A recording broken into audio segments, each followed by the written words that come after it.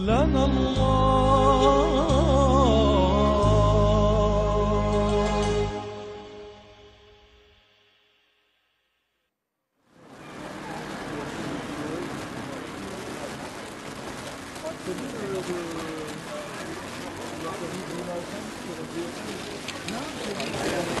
Dans une situation particulièrement exceptionnelle, je veux dire, et dramatique, que ce soit en Palestine, que ce soit au Liban et même en Syrie qui subit des bombardements.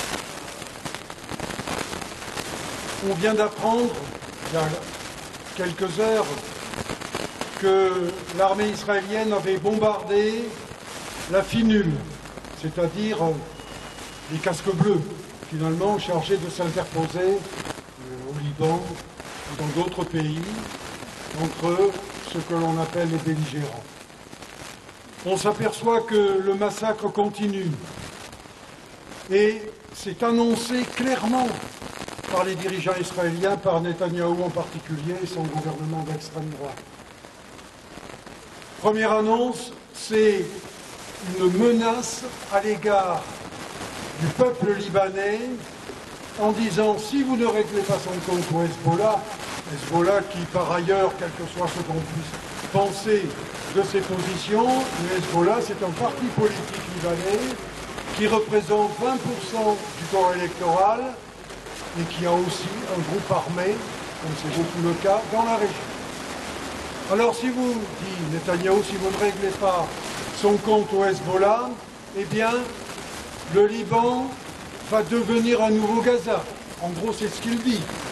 Certains, notamment les ministres d'extrême droite, Smotrich et Ben Gvir, disent on va les réduire à l'âge de pierre. C'est à ce niveau que se situe le débat politique et les crimes, finalement, qui s'ensuivent. Plus de retenue, aucune retenue de la part des dirigeants israéliens. Deuxième chose, c'est que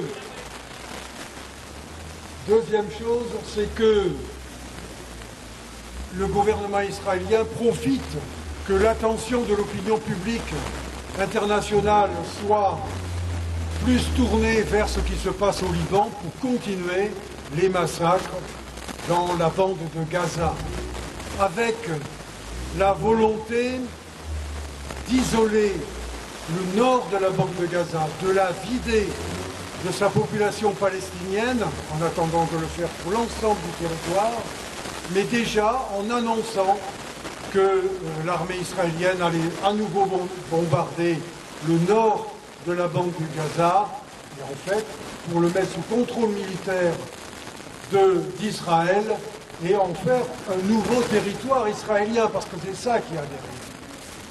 Avec ces deux annonces, donc ces deux situations particulières, on voit bien quel est le but, l'objectif du gouvernement israélien. On peut aussi ajouter qu'en Cisjordanie occupée par Israël en ce moment, eh bien, l'épuration ethnique continue, avec depuis le début de l'année 700 Palestiniens qui ont été tués en Cisjordanie.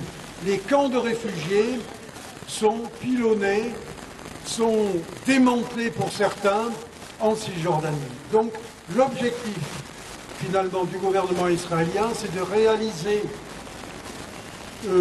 continuer de terminer, comme ils le disent eux-mêmes, le travail commencé en 1948 avec la Nakba et tous les massacres que cela comporte, pour réaliser l'Eretz Israël, c'est-à-dire l'occupation israélienne sur l'ensemble du territoire de la Palestine historique. C'est ça leur objectif. Et pour ce faire, ils tuent, ils massacrent le plus de Palestiniens possible et aussi rendre la vie impossible dans les territoires palestiniens, à Gaza comme en Cisjordanie ou à Jérusalem-Est, pour que le plus possible de Palestiniens fuient ces territoires ailleurs, alors en Jordanie, en Égypte ou ailleurs, pour laisser la place à l'occupation israélienne et réaliser leurs objectifs de toujours. Voilà où nous en sommes. Alors, est-ce que pour répondre à cette situation, avec notre volonté que la paix revienne sur ces territoires, que les droits du peuple palestinien comme du peuple libanais soient reconnus et mis en œuvre, est-ce qu'on va se contenter de déclarations polies, entre guillemets respectueuses vis-à-vis des dirigeants israéliens? Évidemment non. Ce qu'il faut, si on veut obtenir, et c'est notre objectif, le cessez-le-feu à Gaza, en Cisjordanie et au Liban, eh bien, il faut des sanctions. Il n'y a que comme ça qu'Israël pourra revenir à de meilleures initiatives, de meilleurs sentiments, si on peut parler de sentiments pour ce régime. En tout cas, il faut sanctionner ce gouvernement, ce que ne fait pas les puissances occidentales. Il faut des sanctions économiques, diplomatiques. Il faut l'embargo sur les livraisons d'armes. Il ne suffit pas de le dire, il faut le faire. Il faut qu'en particulier les États-Unis, qui sont le principal fournisseur d'armes à Israël, mettent un embargo, arrêtent de livrer des armes. Et ça, on sait que ça sera une pression extrêmement forte vis-à-vis d'Israël. Il faut suspendre l'accord d'association entre Israël et l'Union européenne. Ce n'est pas possible. Dans cet accord, il est précisé que Israël doit respecter les droits de l'homme. C'est notifié dans cet accord. Il les viole. Donc il faut suspendre cet accord d'association. Ainsi, on aura un moyen de pression beaucoup plus important sur Israël et on pourra envisager la paix, réaliser la paix, mais en même temps se préparer à un règlement politique dans cette partie du monde, un règlement politique, une solution politique qui passe par l'autodétermination du peuple palestinien avec la reconnaissance de l'État de Palestine. Nous allons observer une minute de silence en hommage aux victimes, à toutes les victimes civiles, en particulier aux Palestiniens qui sont assassinés tous les jours par Israël.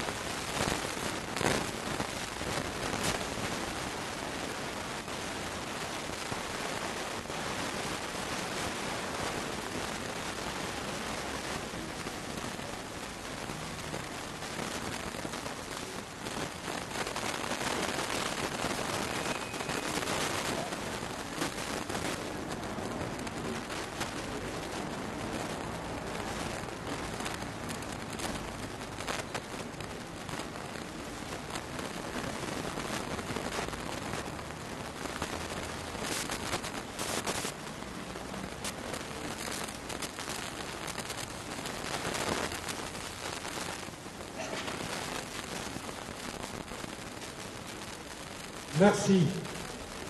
Alors maintenant, la parole à l'association qui le souhaite.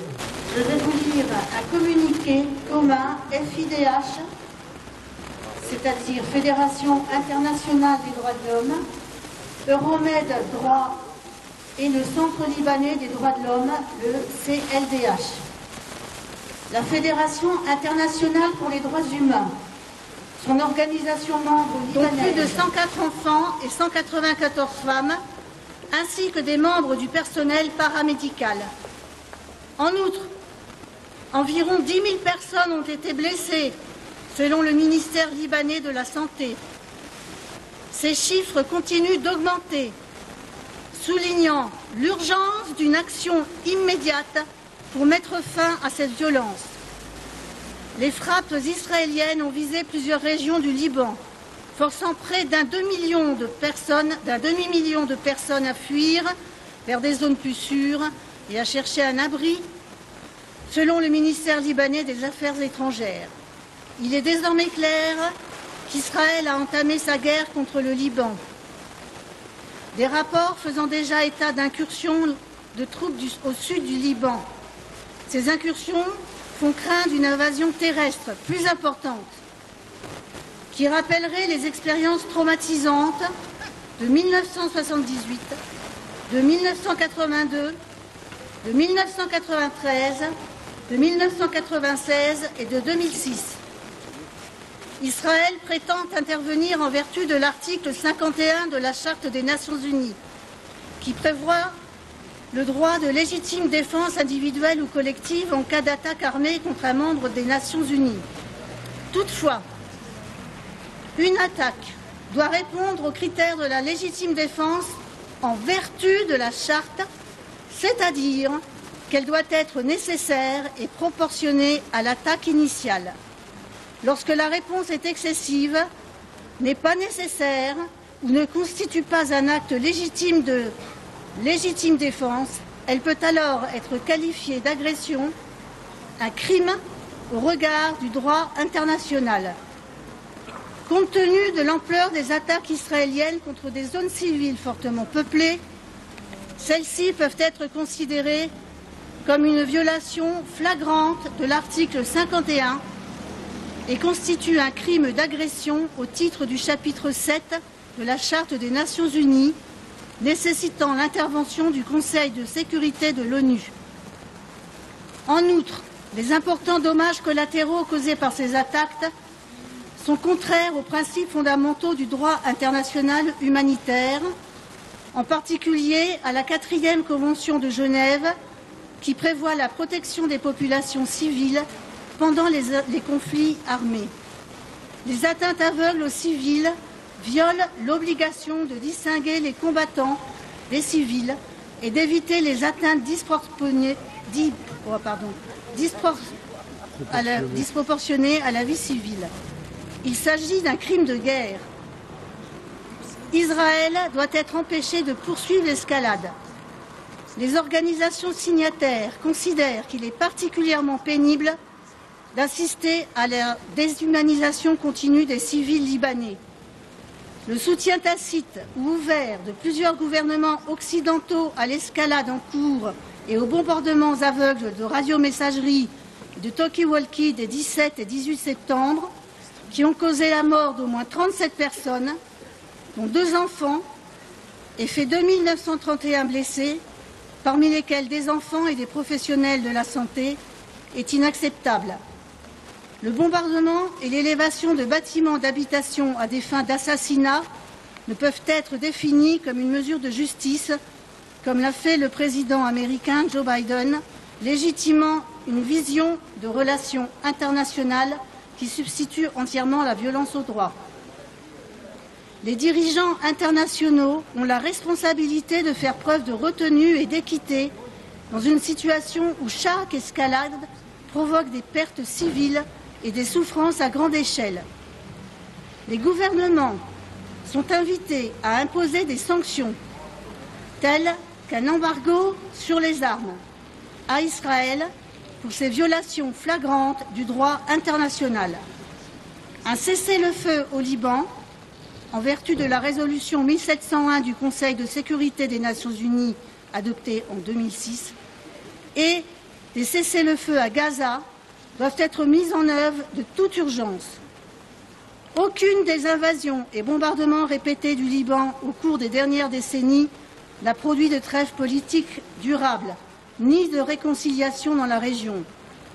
La communauté internationale doit prendre des mesures pour mettre fin à cette escalade de la violence et demander des comptes à tous les auteurs. 1 an de guerre génocidaire à Gaza. Plus de 42 000 morts, sans compter ceux qui sont sous les décombres.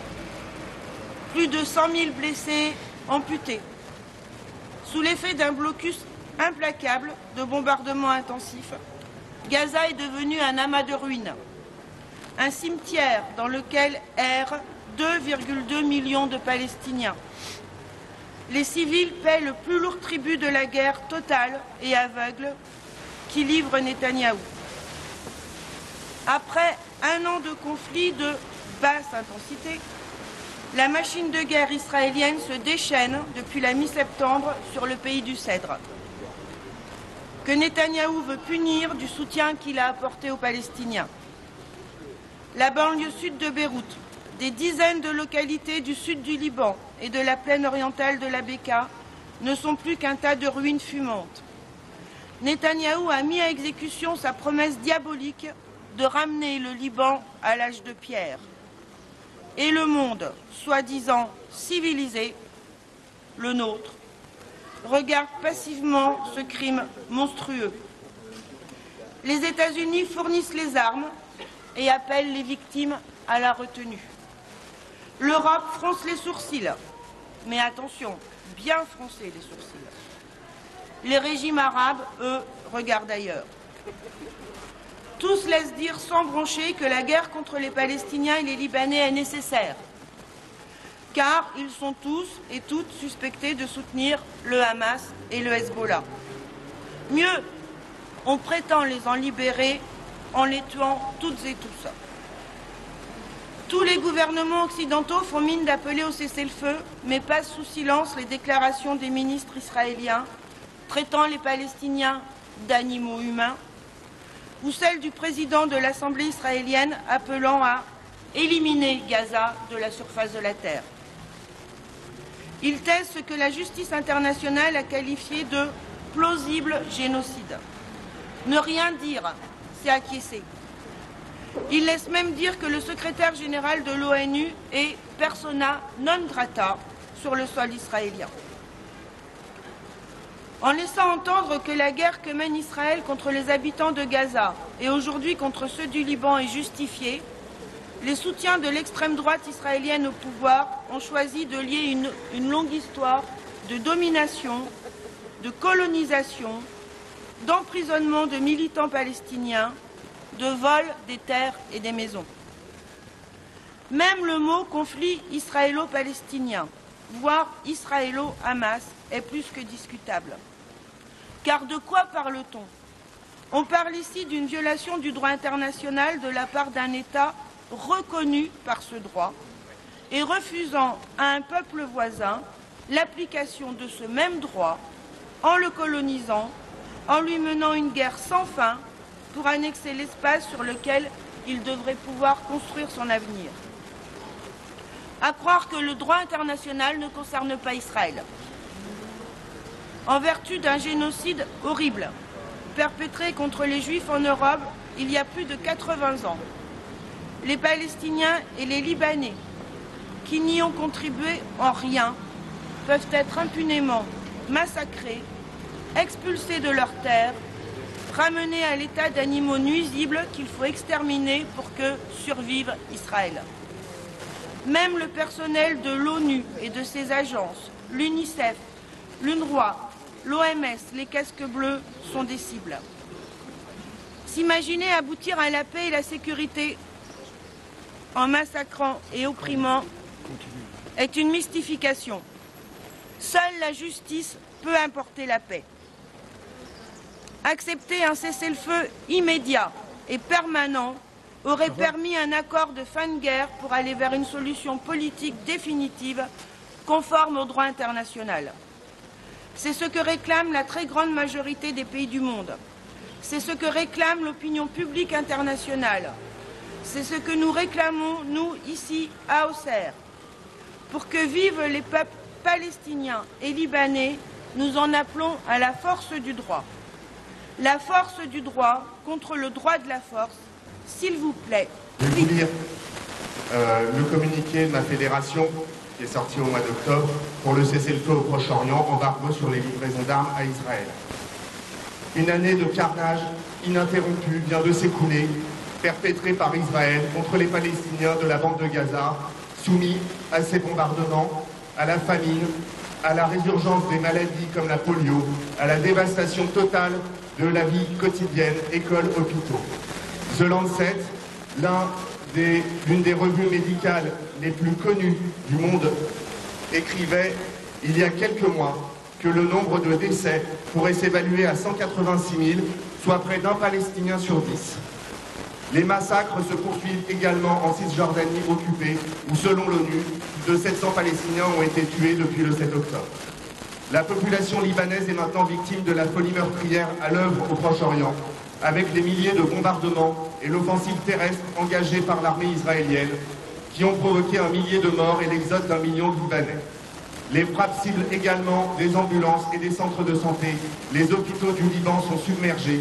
Le ministre israélien de l'Éducation a déclaré « Il n'y a aucune différence entre le Hezbollah et le Liban. Le Liban sera anéanti, il cessera d'exister. » Pendant que l'armée de Netanyahou bombarde simultanément le Liban, Gaza, le Yémen et la Syrie, le gouvernement français continue d'apporter son soutien inconditionnel à Israël, comme l'a fait Michel Barnier dans sa première intervention télévisée le 22 septembre. L'exportation d'équipements militaires peut donc continuer, notamment à travers des ventes ou des coopérations avec les entreprises d'armement d'Israël. Ce n'est pas une fatalité. Suite aux manifestations massives en Grande-Bretagne, en soutien à la Palestine, le gouvernement Starmer a été contraint d'annoncer la fin des livraisons de plusieurs types d'armements à Israël. Aux États-Unis, une coalition de syndicats continue de se mobiliser pour que Biden arrête tout soutien au gouvernement de Netanyahou. L'Internationale de l'éducation, composée de 383 syndicats dans 178 pays et représentant plus de 32 millions de travailleurs de l'éducation, a adopté lors de son congrès une résolution appelant au cessez-le-feu et à l'arrêt des livraisons d'armes vers Israël.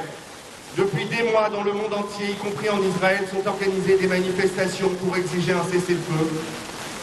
Nous y participons avec nos drapeaux FO et nous participerons à toutes les manifestations au rassemblement pour le cessez-le-feu au Proche-Orient, pour le cessez-le-feu à Gaza, au Liban, en Syrie et au Yémen, pour un embargo total sur toutes les livraisons d'armes en Israël. 200 personnes, dont plus de 800 civils sans défense, ont été tués et des otages enlevés. Plusieurs dizaines le sont toujours, parmi lesquels 2 de nos compatriotes. Nous demandons leur libération immédiate. En réponse à cet acte terroriste, le gouvernement d'extrême droite de Netanyahou a lancé une guerre totale au peuple palestinien.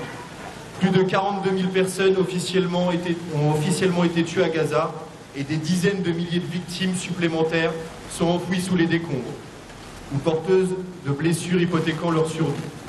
Les conditions infligées à Gaza, presque intégralement rasées et dont la population est assiégée, affamée, massivement déplacée de force, privée des soins élémentaires, sont telles qu'en janvier 2024, la Cour pénale internationale de justice, plus haute instance judiciaire de l'ONU, a dénoncé une attitude génocidaire. La brutalité de la réponse israélienne s'est aussi traduite par une intensification de la colonisation en Cisjordanie qui a provoqué la mort de plus de 750 personnes. Enfin, depuis quelques semaines, conforté par l'absence de condamnation claire des puissances occidentales, le gouvernement de Netanyahou a étendu la guerre au Liban, au sujet duquel le secrétaire général de l'ONU ou le président Macron ont exprimé leur crainte qu'il ne devienne un nouveau Gaza et a violé la souveraineté de la Syrie, du Yémen et de l'Iran. Cette régionalisation de la guerre comporte d'immenses dangers. La décision du gouvernement Netanyahou de déclarer persona non grata le secrétaire général de l'ONU, accusé à son tour d'antisémitisme, nous alarme encore. L'armée israélienne a délibérément frappé le quartier général de la Finule, dans le sud du Liban, blessant 2 casques bleus. Avec plus de 700 soldats français engagés dans cette mission de paix, au sein des 10 000 militaires déployés depuis 1978, ces attaques constituent une nouvelle violation grave du droit international. Nous rendons hommage aux victimes du massacre du 7 octobre et aux dizaines de milliers de victimes civiles mortes sous les bombes du gouvernement de Netanyahou. Et nous demandons que les criminels de guerre soient traduits devant la justice internationale, comme l'a demandé le procureur de la Cour pénale internationale. Nous demandons la libération immédiate des prisonniers palestiniens détenus illégalement dans les prisons israéliennes. La terreur n'a jamais libéré un peuple, ni ramené les morts. Le piétinement de toutes les règles du droit international et du droit de la guerre est une impasse. La guerre sans fin n'offre aucune solution politique durable, susceptible de garantir les droits et la sécurité des peuples palestiniens, israéliens et désormais libanais. C'est pourquoi nous réaffirmons que le devoir primordial de la France est d'agir pour un cessez-le-feu global et immédiat. Pour y parvenir, la France doit prendre toutes les mesures nécessaires. Sanctions contre le gouvernement Netanyahou, interruption des accords de coopération économique, embargo sur les armes et reconnaissance de l'État de Palestine. Samedi prochain, à Sens, a lieu une initiative qui est organisée par l'AFPS en collaboration avec ATTAC, le mouvement altermondialiste, à Sens, je crois que c'est à 11 h, devant la BNP. Pourquoi? Pour dénoncer la collaboration entre les banques et en particulier la BNP qui finance des projets pour Israël, qui même prête de l'argent pour le gouvernement israélien. Donc nous voulons dénoncer cette attitude des banques et il y aura un rassemblement devant la BNP à Sens. Voilà, merci. Donc à bientôt. Merci encore pour votre présence. Et vive la lutte du peuple palestinien! Et vive la lutte du peuple palestinien! Et vive la lutte du peuple palestinien! Vive la lutte du peuple palestinien! Stop all génocide! Stop all génocide! Stop all génocide! Stop all génocide! Boycott, désinvestissement, sanctions. Boycott, désinvestissement, sanctions. Israël, attentat, gouvernement français, complice.